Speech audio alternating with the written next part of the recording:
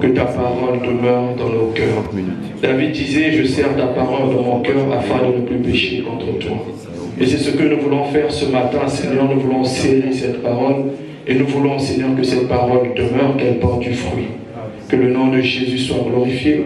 Utilise ma bouche pour dire ce qui est de la vérité et de parler que de la vérité. Que l'honneur et la gloire te reviennent. Saint-Esprit, merci de gouverner ces moments et de prendre le contrôle, Seigneur. Que toute la gloire te revienne dans le nom de Jésus. Amen. Amen. Vous pouvez vous asseoir. Shalom, shalom. Est-ce que ça va ce matin? Amen. Changement d'heure, c'est vrai que d'autres ont dormi peu, d'autres ont pu faire 2 fois les 8 heures de sommeil. Alléluia. Gloire au Seigneur. Ce matin, le thème que le Seigneur a mis dans mon cœur, c'est le principe de l'adoration. Le principe de l'adoration. Nous aimons adorer Dieu, nous aimons louer Dieu, nous aimons exalter Dieu. Mais qu'est-ce qu'est l'adoration réellement? Quelle est l'adoration réellement? Tu aimes dire, Seigneur, je t'adore, Seigneur, je t'exalte, Seigneur, je te bénis. Mais est-ce que deux fois nous savons c'est quoi l'adoration? Est-ce que nous savons deux fois ce qui est vraiment la véritable adoration que nous rendons à Dieu? De par nos bouches, nous proclamons la gloire de Dieu. De par nos bouches, nous célébrons sa majesté. De par nos bouches, nous célébrons la résurrection. Mais est-ce que nous savons réellement c'est quoi l'adoration? Très souvent, les gens pensent que l'adoration n'est que chanter. L'adoration n'est que dire, Seigneur, tu es bon, tu es Dieu. Mais l'adoration, c'est bien plus. Alléluia. Et lorsque on parle du mot principe, par définition, c'est l'origine. Le mot principe, c'est la source d'une cause première. Alléluia. C'est la source de quelque chose. C'est d'où la chose tire son origine, d'où la chose tire sa source principale. Et lorsque nous voyons que dans le cadre de l'adoration, où on nous dit que l'origine de l'adoration, nous devons comprendre d'où vient l'adoration et ça a commencé où. Alléluia. Amen. Apocalypse 19, le verset 4. Vous pouvez nous l'afficher aussi au tableau, s'il vous plaît. Apocalypse 19, le verset 4 nous dit: les 24 vieillards et les 4 êtres vivants se prosternèrent et adorèrent Dieu, assis sur le trône en disant Amen, Alléluia. Alléluia. Ici, nous pouvons voir le conseil de Dieu dans le ciel qu'il adore. Nous pouvons voir les 4 êtres vivants, nous pouvons voir les 24 vieillards en train d'adorer Dieu. Les anges, toute la création dans le ciel adore Dieu. Donc, de par là, déjà, nous pouvons comprendre l'origine et le principe de l'adoration. Alléluia. Nous pouvons comprendre que l'adoration, premièrement, c'est quelque chose qui s'est toujours fait dans le ciel, qui continue à se faire jusqu'à aujourd'hui. Ça n'a pas été fait du jour au lendemain. Dieu a décidé, bon, je suscite un ange pour me louer, je suscite quelqu'un pour me louer. Non, ça a commencé depuis le ciel. Dieu a instauré ce système dans le ciel. Et nous, les êtres vivants que nous sommes, nous avons tout simplement hérité de cette grâce de pouvoir exalter Dieu, de pouvoir adorer Dieu. Alléluia. Donc nous pouvons comprendre que l'adoration vient premièrement du ciel. C'est un système qui est là-haut. C'est un privilège que Dieu a donné aux 24 vieillards, aux anges et aux 4 êtres vivants de pouvoir l'adorer. Et à toute créature ici-bas de pouvoir l'élever. Ézéchiel 28, le verset 13, nous pouvons aussi le lire. Ézéchiel 28, le verset 13. Ézéchiel 28, le verset 13, je la parle. Alléluia. Tu étais en Éden, le jardin de Dieu.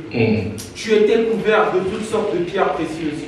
La sardoine, la topaze, de diamants, de chrysolite, d'onyx, de jax, de saphir, d'escarboucle, d'émeraude, ainsi que d'or. Tes tambourins et tes flûtes étaient à ton service, préparés pour le jour où tu as été créé. Amen. Amen. Tu étais en Éden, le jardin de Dieu. Tu étais couvert de toute espèce de pierres précieuses, de sardoine, de topaze, de diamant, de chryssolite, d'onoxyde, de japs, de saphir, d'escarboucle, d'émeraude et d'or. Tes tambourins et tes flûtes étaient à ton service. Là, nous pouvons voir ici Ézéchiel est en train de parler du diable. Lucifer, premièrement, qui était l'ange de lumière, son but premier de sa création, Dieu lorsqu'il l'a créé, c'était pour adorer, c'était pour louer, c'était pour être premièrement qu'au service de Dieu, à la louange. Donc nous pouvons comprendre cette chose qui est l'adoration qui a commencé là-haut, consacrée. Dieu l'avait principalement légué à Lucifer. Il nous dit que les tambourins étaient à ton service. Dès le jour où tu fus créé, cela t'a été donné. Son but premier était d'adorer. Son but premier était de louer. Son but premier était d'exalter Dieu. Et nous pouvons comprendre qu'au jour d'aujourd'hui, lorsque le diable te voit louer Dieu, lorsque le diable te voit adorer Dieu, il ne prend pas plaisir. Alléluia. Le diable ne prend pas plaisir lorsque tu loues Dieu. Le diable ne prend pas plaisir lorsque tu adores Dieu. Le diable ne prend pas plaisir lorsque tu exaltes Dieu. Il ne prend pas plaisir lorsque tu dis « Seigneur, de tout mon cœur, je t'aime. Seigneur, de tout mon cœur, je t'adore. » Il ne prend pas plaisir. C'est un privilège, lui, qui lui a été donné dès le ciel, mais que ce privilège lui a été retiré. Et ce privilège, nous pouvons dire aujourd'hui, nous avons hérité cette grâce-là. Alléluia. Tu as hérité cette grâce de pouvoir adorer Dieu. Tu as hérité cette grâce de pouvoir exalter Dieu. Donc, mon frère, ma soeur, lorsque tu loues Dieu, Dieu prend plaisir. Lorsque tu adores Dieu, Dieu prend plaisir. Lorsque tu sers Dieu, Dieu prend plaisir. À ce que tu dis, à ce que tu prononces, à ton mode de vie, Dieu prend plaisir. Et le diable, cela ne lui plaît pas. C'est pour ça que vous voyez que dans l'église, souvent le groupe de louange est énormément attaqué. Parce que le diable n'aime pas. Il est comme quelqu'un qui est jaloux, mais cette chose m'appartient. Pourquoi vous m'avez pris cette chose? Et tu dois savoir l'importance ou la grâce que Dieu t'a faite de pouvoir être un instrument d'adorateur, de pouvoir adorer Dieu, de pouvoir l'exalter, de pouvoir le glorifier, de pouvoir le bénir. Chaque matin, quand tu te lèves, loue Dieu, adore Dieu, bénis Dieu. Est-ce que ce matin même, tu as eu le temps de rendre grâce à Dieu? Est-ce que ce matin, tu as eu même le temps de dire, Seigneur, je te bénis pour mes enfants, je te bénis pour cette nouvelle journée, je te bénis pour ce que tu vas faire? Très souvent, nous oublions les privilèges que Dieu nous a donnés. Nous n'avons pas le temps de dire merci à Dieu. Nous n'avons pas le temps d'adorer Dieu. Alors que celui à qui ce privilège a été ôté et qui t'a été donné, tous les jours cherche à te détruire. Tous les jours sait quelle est l'importance et la source de l'adoration, d'où ça vient. Toi, lorsque Dieu veut que tu adores, tu ne veux pas adorer. Lorsque Dieu veut que tu le loues, tu ne veux pas le louer. Lorsque Dieu veut que tu sois au service, tu ne veux pas être au service. Bien-aimés, nous devons comprendre que adorer, c'est servir. Et servir, c'est adorer. Lorsque tu adores, tu es au service de Dieu. Alléluia. Lorsque tu adores, tu es au service de Dieu. Et c'est un privilège qui t'a été donné d'être au service de Dieu.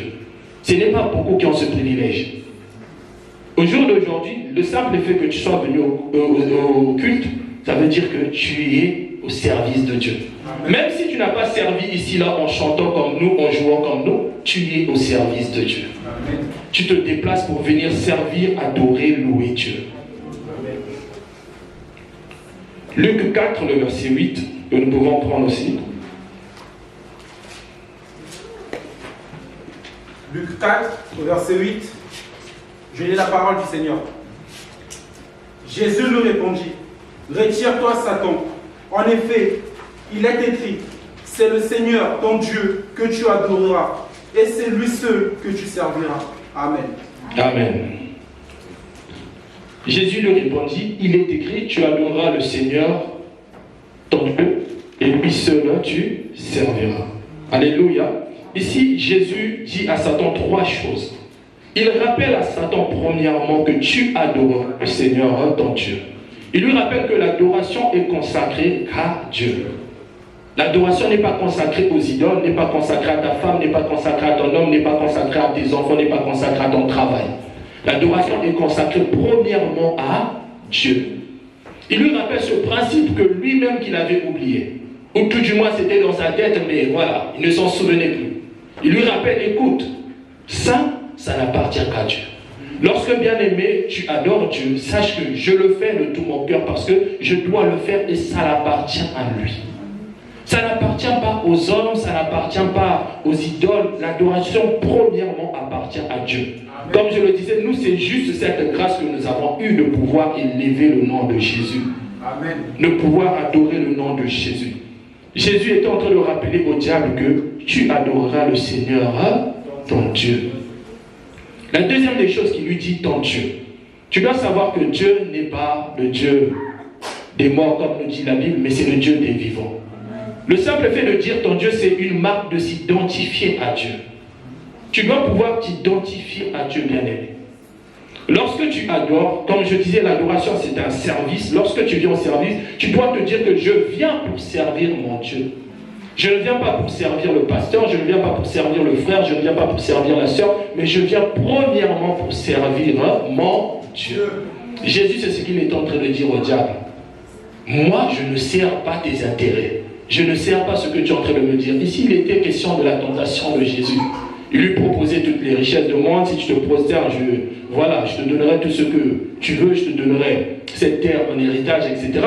Mais le diable, Jésus lui rappellera que non, écoute, moi je ne peux pas me prosterner devant toi. Il n'y a qu'un endroit où je dois me prosterner, c'est dans la présence de mon Dieu. C'est devant mon Dieu. Bien-aimé, tous les jours de ta vie, tu dois toujours espérer, désirer à te prosterner devant Dieu. Tu ne dois pas chercher à te prosterner devant quiconque. Dans ce monde, je vois des hommes se prosterner devant des hommes. Ils ne sont que des hommes. Ils sont tout simplement détenteurs du souffle de vie que Dieu les a donné. Ils ne sont pas supérieurs à Dieu. L'adoration est consacrée à Dieu, rien qu'à Dieu. Tu dois adorer et louer tout simplement Dieu. Alléluia. La troisième des choses qu'il était en train de rappeler au diable ici, là, il lui dit que lui seul tu serviras. Bien-aimé, où est ton service? Il est en train de dire, lui seul tu serviras. De par ta façon de faire, lui seul tu serviras. Sers-tu Dieu réellement? Ça nous parle aussi à nous. C'est vrai que Jésus est en train de parler au diable en s'adressant au diable, mais la parole, on nous dit qu'elle a été donnée pour les hommes. Lui seul tu serviras. Est-ce que dans ta pensée, dans ta mentalité, tu gardes cette notion de pouvoir servir Dieu? Tu gardes une place pour le service de Dieu? Alléluia. Amen. Lui seul tu serviras. Deutéronome 10, 20, va encore plus loin. Il nous dit, tu craindras l'Éternel ton Dieu, tu le serviras, tu t'attacheras à lui et tu jureras par son nom. Amen. Ici, il va encore plus loin. Il dit, tu dois craindre, tu dois avoir la crainte de Dieu. Aujourd'hui, le chrétien n'a plus la crainte de Dieu. Aujourd'hui, même le chrétien n'a plus la crainte de Dieu. Il fait même dans l'église ce qu'il ne faut pas faire. Il commet des iniquités même dans l'église. Il commet certaines choses dans l'église. Il n'a même plus la crainte de Dieu. Dans le monde, déjà, tu n'avais pas la crainte de Dieu. Même dans la maison de Dieu, tu n'as plus la crainte. Il dit que tu dois avoir la crainte. Dieu n'a pas changé, bien-aimé. Le même Dieu qui a frappé au temps d'Israël peut encore frapper aujourd'hui. Le même Dieu qui a fait des prodiges peut aussi faire des prodiges aujourd'hui. Alléluia. Amen. Il dit que son épée, c'est l'épée à double tranchant. Alléluia. Amen. Il peut faire justice, tout comme miséricorde. Dieu n'a pas changé. Ta vie, tu dois craindre Dieu. Tu ne viens pas, tu sais que tu n'es pas en conformité avec le Dieu. Mets-toi en règle et tu viens, tu l'adores. Il est saint. Alléluia. Il dit, tu jureras par son nom. Et aujourd'hui, tout ce que nous faisons, c'est par le nom de Jésus. Tout ce que nous disons, tout ce que nous proclamons, c'est au nom de Jésus. Pas par un autre nom. La Bible dit, il est le nom le plus élevé. C'est pourquoi Dieu l'a souverainement élevé. Il lui a donné un nom au-dessus de tout nom. Dieu ne l'a pas donné un nom inférieur. Si Dieu a élevé le nom de Jésus, c'est pour que nous puissions l'adorer. C'est pour que nous puissions le louer. C'est pour que nous puissions le bénir. Mais toi, que fais-tu? Tu as reçu ce privilège qui a été retiré, je disais, à Satan. Nous avons lu, on nous dit qu'il était couvert de toutes pierres précieuses. Quiconque voyait Lucifer dans le ciel, il était éclatant de lumière. On dit que Lucifer, c'est un ange de lumière. Tu voyais la lumière sortir de lui, tu te disais c'était un être à part que Dieu avait fait spécialement pour l'adorer. Mais ce privilège t'a été donné à toi. Mais tu n'es pas conscient de ce privilège. où tu dois adorer Dieu. Alléluia. Amen. Et premièrement aussi, bien aimé, nous devons savoir que l'adoration est un mode de vie. L'adoration est un mode de vie. Alléluia. Dis-le, l'adoration est un mode de vie. L'adoration, c'est ma vie, dis-le. Parce que lorsqu'on parle d'un mode de vie, on parle de la façon d'agir d'une personne, la façon de vivre d'une personne. Alléluia.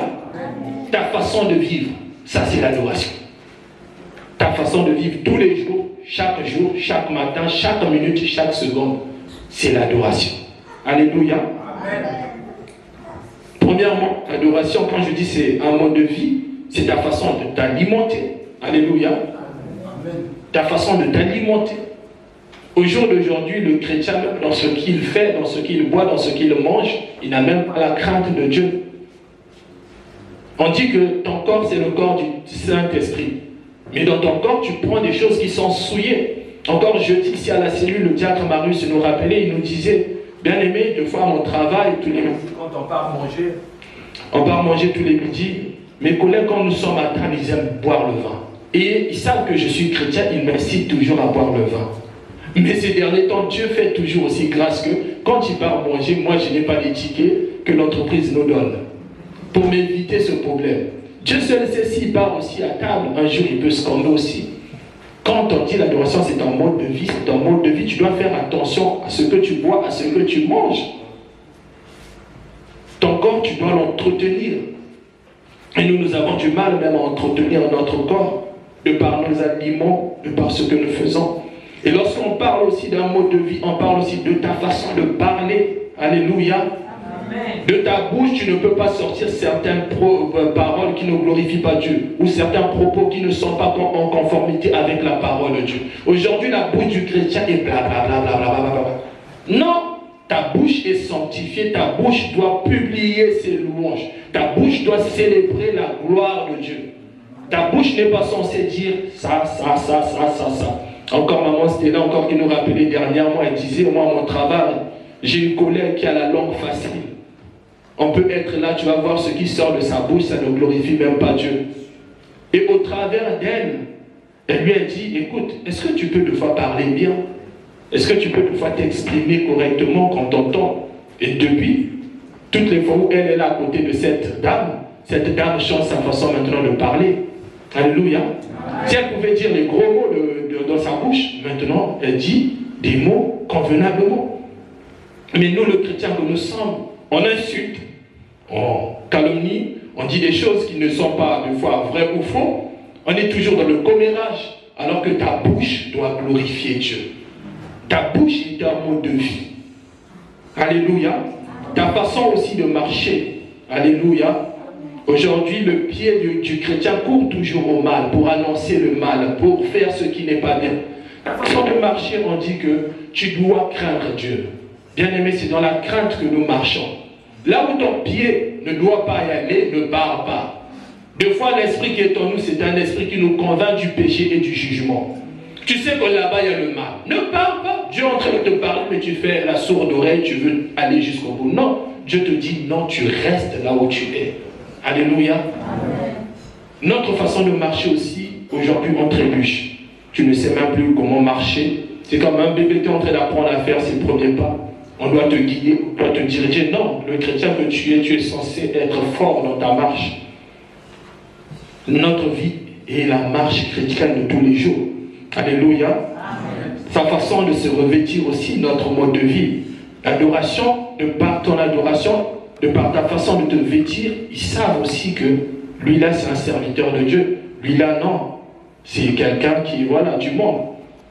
Moi je me souviens ici là quand j'avais commencé à l'église, on venait tout le temps à cette époque-là, bon c'est la jeunesse, hein, c'était la mode en ce temps-là, je pense que ça existe toujours. J'arrivais ici là avec des tailles basses.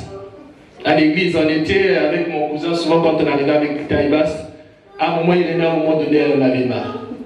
Elle avait même ramené dans son sac de tous les jours la ceinture. Une ceinture. Donc elle avait sorti ça un jour, on était en train de répéter, elle a sorti, elle a dit, vous voyez ça. Maintenant si vous arrivez, si vous n'avez pas de ceinture, moi je vais commencer à vous donner la ceinture. Comme ça vous allez remonter vos pantalons, vous allez changer. Pourquoi? Parce que On était obligé de changer. Et donc, quand on arrivait déjà dès là, on remontait. Et quand on sortait encore, c'était une lutte intérieure, mais aujourd'hui, on arrive à s'habiller convenablement par la grâce de Dieu. Donc, pour nous dire que ta façon de se vêtir bien-aimé en dit long. On peut déterminer qui tu es. Si tu crains Dieu, si tu ne crains pas Dieu. Et aussi, l'adoration aussi, quand on dit au fait le mode de vie, c'est aussi tes habitudes. Quelle habitude tu as? C'est quoi tes habitudes? Quel endroit fréquentes-tu? Que fais-tu? Où pars-tu? Alléluia. Deux fois, nous devons laisser les sages habitudes se revêtir proprement de la sagesse de Dieu. Alléluia. L'adoration aussi, c'est ta croyance aussi. Tu dois être fier aussi aujourd'hui de dire que je suis un enfant de Dieu. Alléluia. Beaucoup de chrétiens ont du mal à témoigner leur foi en public. Nous avons du mal à proclamer le nom de Jésus. Nous avons du mal. Moi, à mon travail, ils savent que je prie. Même tous les lundis, quand on arrive, mais t'étais où? T'as fait quoi hier? J'étais à la messe. J'étais à l'église. Donc, des fois même, j'ai un monsieur qu'on appelle, un collègue qu'on appelle Jean-Luc. Il me dit, mais Loïc, ça ne sert à rien de lui poser des questions, qu'est-ce qu'il a fait de son week-end? Il a passé son week-end à l'église. Parce que tu dois être fier de ce que tu es en Christ, de ton identité en Christ. Aujourd'hui, le chrétien n'est même plus fier. Quand il sort là, il veut se conformer au siècle présent. Je suis musulman, je suis peut-être bouddhiste, je suis peut-être ceci, je suis... Mais dis, tu es chrétien. Ça, tu as du mal à le prononcer de ta bouche, dire que je suis chrétien. Je suis un adorateur du Dieu vivant. J'adore Dieu. J'ai ce privilège d'être devant sa face, le louer, le glorifier. Nous avons du mal. Retenons tout simplement ceci, que l'adoration, vraiment, c'est un mode de vie, c'est notre témoignage. De par notre témoignage, nous pouvons gagner des gens à Christ. De par notre témoignage, nous pouvons bénir aussi Dieu. Alléluia. Nous pouvons rendre fier Dieu. Mais hélas, ce mode de vie est en train de disparaître de nos jours. Alléluia. Comme je le disais, le chrétien est en train de se conformer au siècle présent.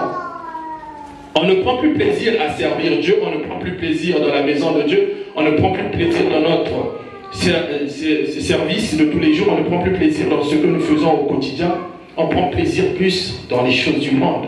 On veut se conformer tous les jours. Et nous sommes en train de faire disparaître l'adoration, la véritable adoration. Tu es en train de faire disparaître ta vie au jour d'aujourd'hui devant Dieu. Au dernier jour, Jésus a toujours dit, je dirais que je ne te connais pas. Pourquoi? Parce que tu as marché dans l'iniquité. Ta vie qui était censée être un témoignage, ta vie qui était censée plaire à Dieu, mais ta vie, tu es en train de faire je ne sais quoi. Dieu t'appelle aujourd'hui à repenser ta vie, à savoir que ta vie est un témoignage de tous les jours. Voici, bien aimé, quelques raisons que j'ai notées que nous faisons au jour d'aujourd'hui. Quand on parle de l'adoration, nous devons savoir, c'est témoigner premièrement notre amour à Dieu. Hélas, nous ne témoignons plus notre amour à Dieu. Jean 3,16 nous dit que Dieu a tant aimé le monde qu'il a donné son Fils unique, afin que quiconque croit en lui ne périsse, point, mais qu'il ait la vie éternelle. À quand remonte la dernière fois où tu as témoigné ton amour à Dieu? Témoigner son amour, lorsqu'on parle de l'amour, l'amour se manifeste beaucoup dans le donner, dans ce que tu fais, dans ce que tu donnes. Ça peut être tes finances, ça peut être ton temps, ça peut être, toute chose que tu as à donner. Mais à quand remonte la dernière fois où tu as manifesté l'amour envers Dieu? Il nous dit, Dieu attend et il a donné. Dieu a donné. Et toi, qu'est-ce que tu donnes à Dieu est important. Même un sacrifice aujourd'hui, tu n'arrives pas à le faire. On n'arrive même plus à donner à Dieu au-delà. Dieu a donné Jésus pour nous, pour le salut de l'humanité, pour que nous ayons la vie.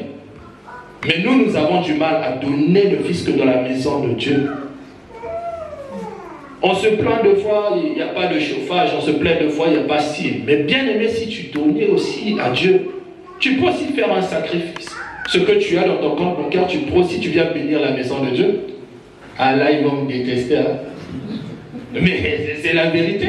On peut faire ce sacrifice pour la gloire de Dieu. Tu peux donner ce que tu as.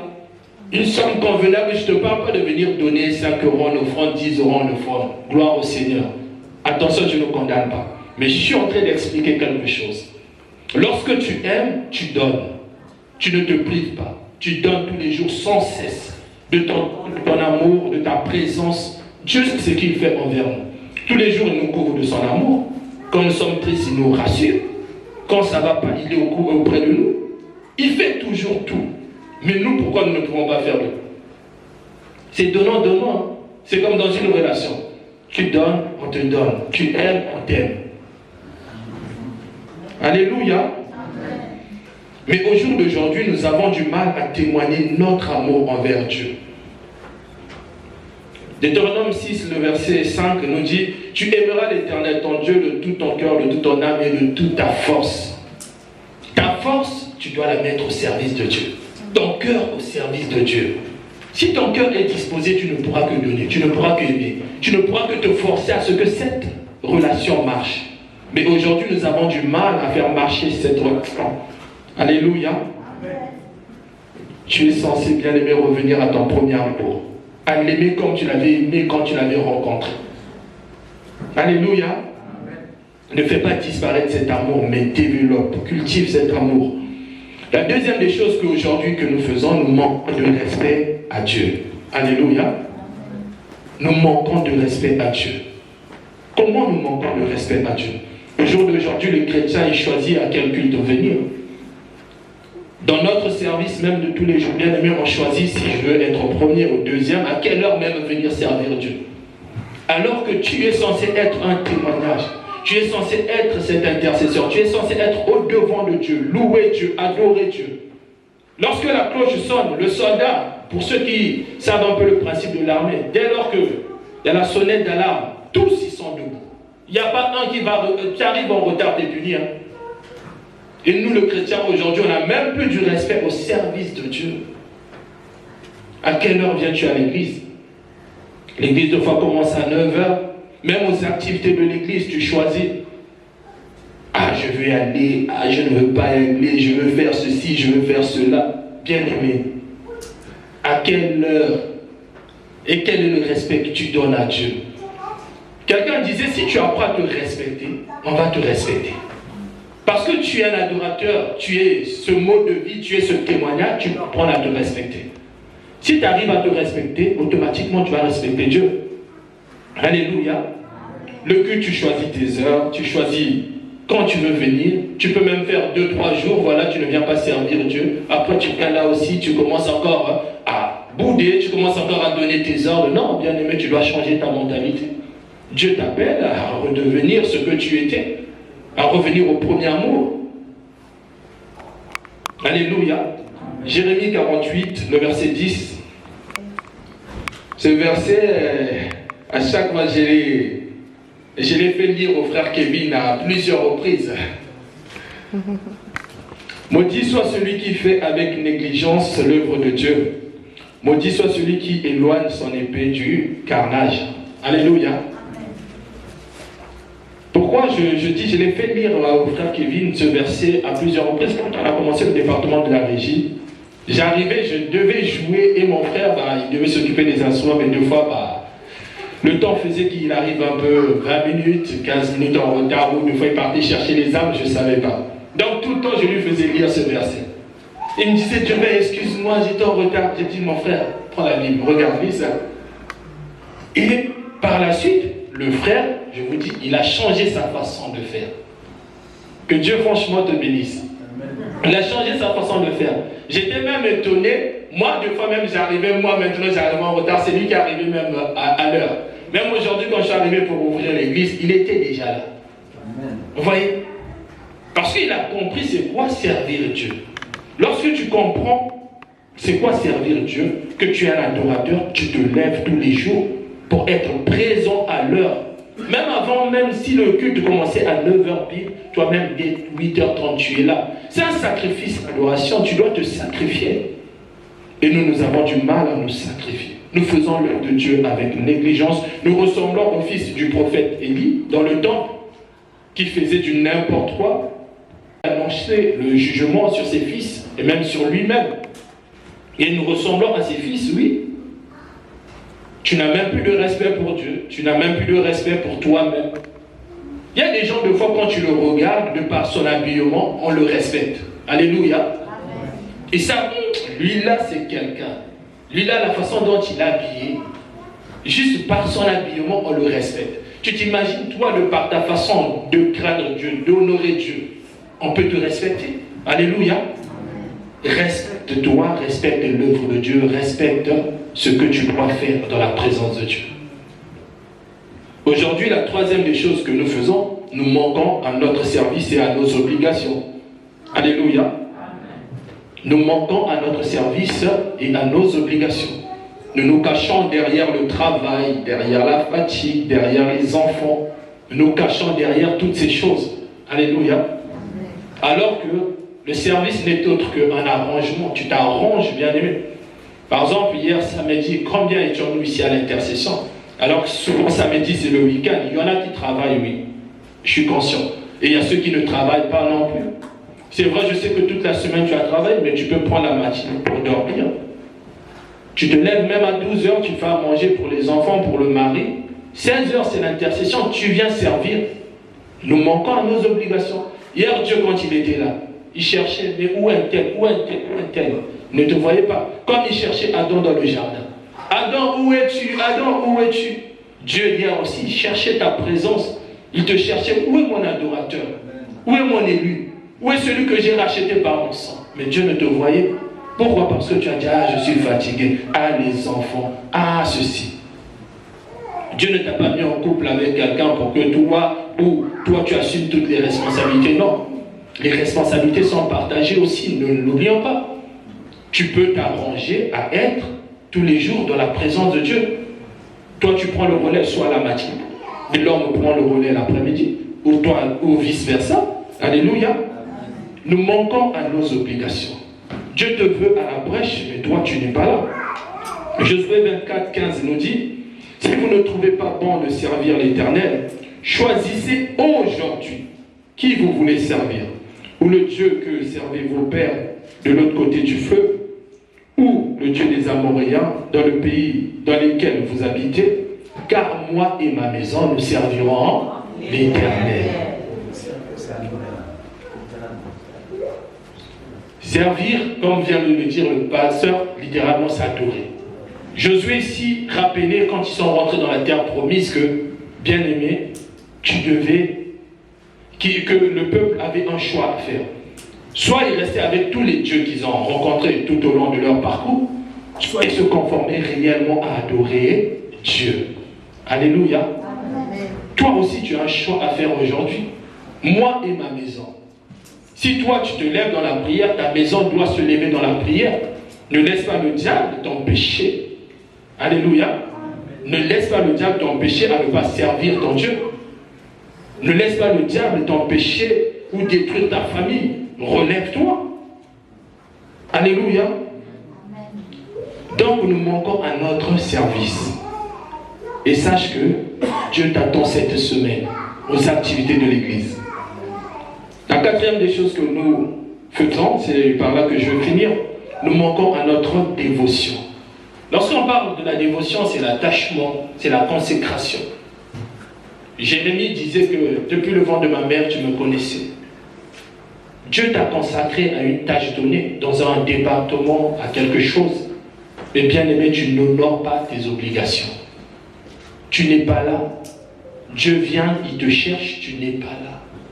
Mais que fais-tu? Ta vie est un témoignage. Ta vie doit être au service de Dieu. Tu as été consacré pour cela, mais Dieu ne te voit pas. Je suis venu dire à quelqu'un que sache que tu es un témoignage. Amen. Tous les jours de ce que tu fais, tu es un témoignage. Amen. Tu es un adorateur qui doit se mettre à la brèche pour servir, pour louer, pour adorer Dieu. De par ta façon de marcher, de par ta façon de fonctionner, de par ton comportement, tes habitudes, tu dois te lever aujourd'hui. On a dit que 2025 c'est possible. Mais comment ça peut être possible pour toi si tu n'arrives pas à te lever? Si tu préfères le monde qu'à Dieu, ou si tu préfères le confort de ton lit qu'à venir servir, Que le temps ne t'empêche pas de venir servir ton Dieu. Que le siècle présent ne t'empêche pas de venir servir ton Dieu. Que ce que tu es ne t'empêche pas de te lever jour après jour.